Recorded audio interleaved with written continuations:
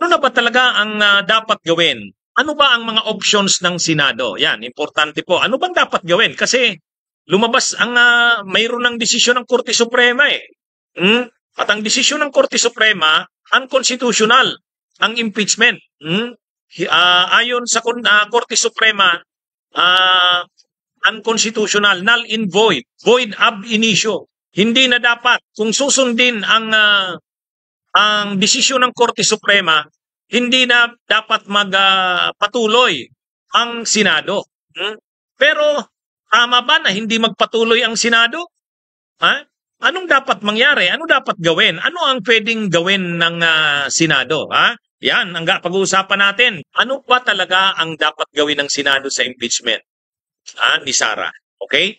Lalo na ngayong mayroon ng desisyon ng Korte Suprema. Actually, mayroong tatlong options ang Senado. Okay, mga kabunyog? Mayroon silang tatlong options. Ito ang kanilang tatlong options. Ayan ha. Ang tatlong options ng Senado ay una, sundin ang Supreme Court ruling. Pangalawa, wag muna. Wait the decision on the motion for reconsideration. Wag muna hintayin yung desisyon ng Korte Suprema sa motion for reconsideration. Ang pangatlo, hindi. Ipagpatuloy ng Senado. I-assert ang authority, i-assert ang kapangyarihan nito sa konstitusyon. Continue with the trial. Yan yung tatlong pagpipilian ng Senado. Mga kabunyog, mga kababayan. Yan po ang tatlong options ng Senado. Ang unang option, sundin ang Supreme Court ruling. Yan ang mga naririnig kong sinasabi ni Chis Escudero, ni Cayetano, yan ang naririnig kong sinasabi ni Subiri, yan din ang narinig kong sinabi ni Jingo Estrada. Yan. Sundin daw ang Supreme Court ruling. Ay siyempre, yung mga pro-Duterte senators, yan din ang sinasabi. Si Robin Padilla, Jaime Marcos, Marcoleta, Bongo, yan. Yan yung Yan yung sinasabi ng mga senador na pro-Sara, lalo na, Kumbaga, may desisyon na ang Korte Suprema, sundin na ito. Yan yung yan yung una. Ang pangalawa, yan yung view ni retired Senior Associate Justice Carpio. Wag muna, wait the MR. Yan din ang pananaw ni former Associate Justice Adolf Ascona. Wag munang gumalaw. Yan tama ka, Marilohap. Wait muna sa MR. Kumbaga may MR, wag munang gumalaw ang Senado, hayaan mo nang lumabas ang desisyon ng Korte Suprema dun sa motion for reconsideration. Okay? Mga kabunyog, mga kababayan? So yan yan yung pangalawang pananaw. Ibig sabihin, dun sa pangalawang pananaw o pangalawang option, hindi ka sumusurinder sa Korte Suprema. Ang stand mo, ano muna kami? Wait muna. Status ko muna. Status ko. Tapos, saka tayo magdesisyon kapag lumabas na ang desisyon sa desisyon sa kasi magkakaroon ng MR ang magkakaroon ng MR ang House of Representatives. Alam nyo, bagamat sinabi ng Korte Suprema na immediately executory, hindi pa naman yan. Mayroon naman laging motion for reconsideration. Ano lang yan? Yung sinasabing, this decision shall be immediately executory. Ang ibig lang naman sabihin ng Korte Suprema niyan, sundin nyo na ito. Sundin nyo na ito. Yan ang sabi ng Korte Suprema, immediately executory. Pero, hindi naman pinagbabawal dyan ang MR, ang motion for reconsideration.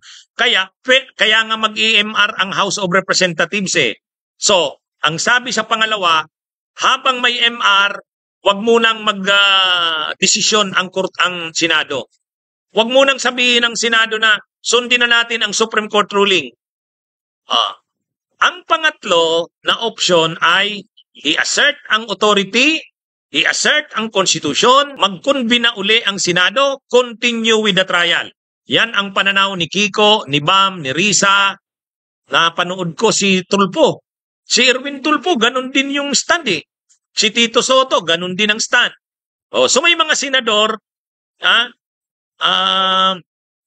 yung pangatlo, yan yung stand nila. Continue with the trial. Bakit? Bakit? I-assert ang kapangyarihan ng Senado. Nakalagay naman kasi sa Constitution, the Senate shall have the sole power to decide, to try and decide impeachment. Ibig sabihin, ang tanging may kapangyarihan na mag-decide pagdating sa issue ng impeachment ay ang Senado. Kahit ang Korte Suprema, wala. Wala yan. Wala ang Senado. Ang Senado ay kapag mayroong grave abuse of discretion.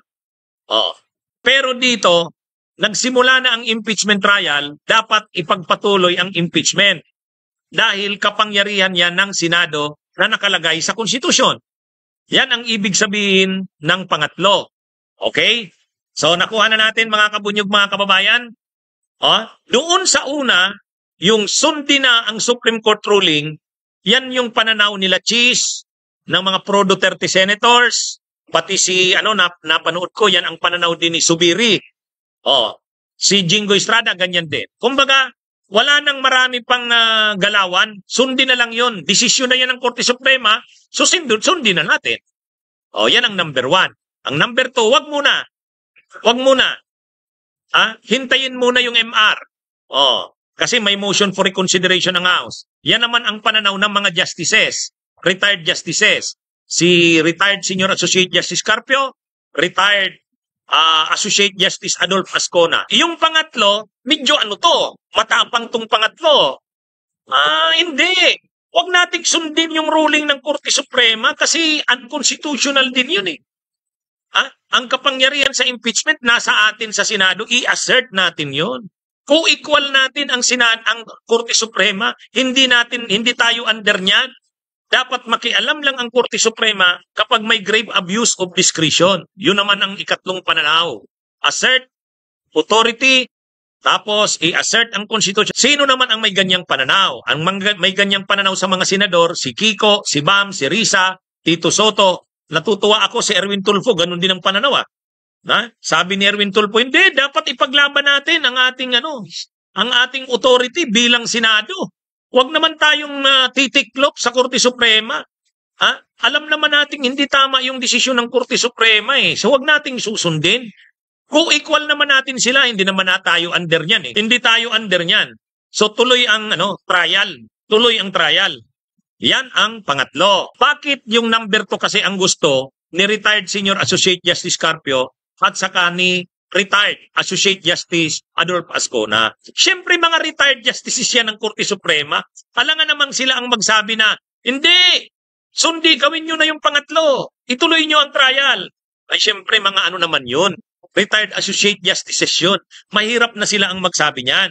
Pero si Wincy Manansala, pwede. Pwede niyang sabihin yung number 3 ang sundin. Pwede rin sabi ni Jose Pulcher. Karamihan number 3 eh. Alam nyo, pag ginawa ng Senado yung number 3, kahanga-hanga yan. Pag ginawa ng Senado yung number 3, saludo. Kaya lang, ang tanging Senado na makakagawa ng number 3, yung Senado na may B, yung Senado na may paninindigan. Diba? Kung ang mga senador, katulad talaga ni Kiko, ni Bam, ni Risa, katulad kahit papano ni maganda yung tindig ni Soto, okay yon, ganyan talaga number 3. Ang problema dahil karamihan ng mga senador walang B, kaya ang karamihan ng senador gusto nila number 1. Diba? Sundin daw ang Supreme Court ruling. Okay? Ang daming number 3. Kaya ang number 3, ang ibig sabihin ng number 3, ilalaban ng Senado ang kapangyarihan nila. Kami ang may authority sa impeachment. Yan ang nakalagay sa konstitusyon. The Senate shall have the sole power to try and decide impeachment cases. Constitutional provision yan. Kaya ilalaban namin. Hindi kami under ng Korte Suprema. Kami ay co-equal branch. Ganyan yan. Pero, yung pangalawa, sila retired Senior Associate Justice Carpio, wag munang magdesisyon. Hintayin muna yung result ng MR. Hintayin muna. Ang sabi naman ng number 1, sundin ang Supreme Court ruling, yan naman ang kila Chis Escudero, yung mga pro-Duterte black senators, yan yun. Okay? So naintindihan na natin, mga kabunyog, mga kababayan? Ako po mga kabunyog, dinidiscuss ko yung mga options. Ngayon, ano nang mangyayari sa Senado? Magdi-decide ang Senado kung alin ang gagawin 1, 2, 3 sa August 6. Kaya abangan natin sa August 6. Kapag pinakita ng Senado yung kanilang authority, yung kanilang yung konstitusyon, iba yan. Kahanga-hanga ang Senadong ganyan. Kung ang mga senador sana, mga katulad ng mga panahon ng mga Salonga, mga Tanyada, mga Jokno, ay, number 3 yan. Ay, ang problema natin, ang mga senador na natin, mga Ruben Padilla na mga Bongo Bato. Mayroon namang mga abogado, ay, mga katulad naman ni Escudero sa Cayetano, mga wala ring B. Wala ring B. Yan ang problema natin. Yan ang problema. Di ba? Samantalang, napakalinaw naman sa konstitusyon ang nakalagay. The Senate shall have the sole power. Sole, ha? Yun ang pananaw ng maraming constitutional law experts. Kailangang ipaglaban ng Senado.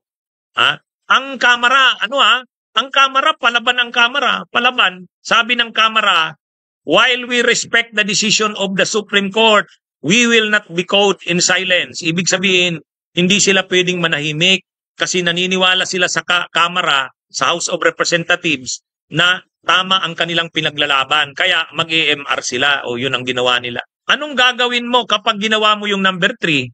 Papanindigan dyan ng Senado, basta kami konstitusyon ang sinusunod namin.